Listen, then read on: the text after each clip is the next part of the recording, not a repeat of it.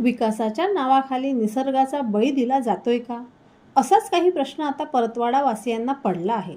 चांदूर बाजार परतवाडा महामार्गाच्या विस्तारीकरणाचे काम सध्या जोमात सुरू आहे.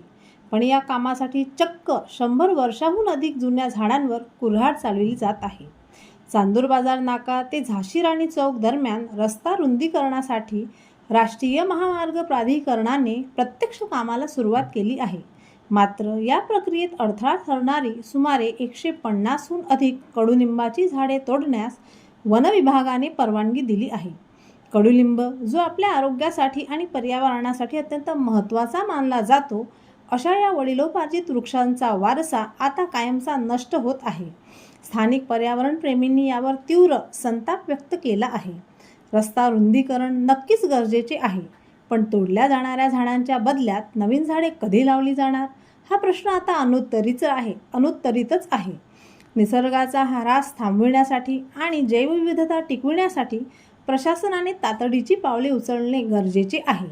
विकास आणि पर्यावरण यांचा समतोल राखला जाणार का, की केवळ सिमेंटची जंगलेच आपल्याला पाहायला मिळणार, याकडे आता सर्वांचे लक्ष लागून आहे.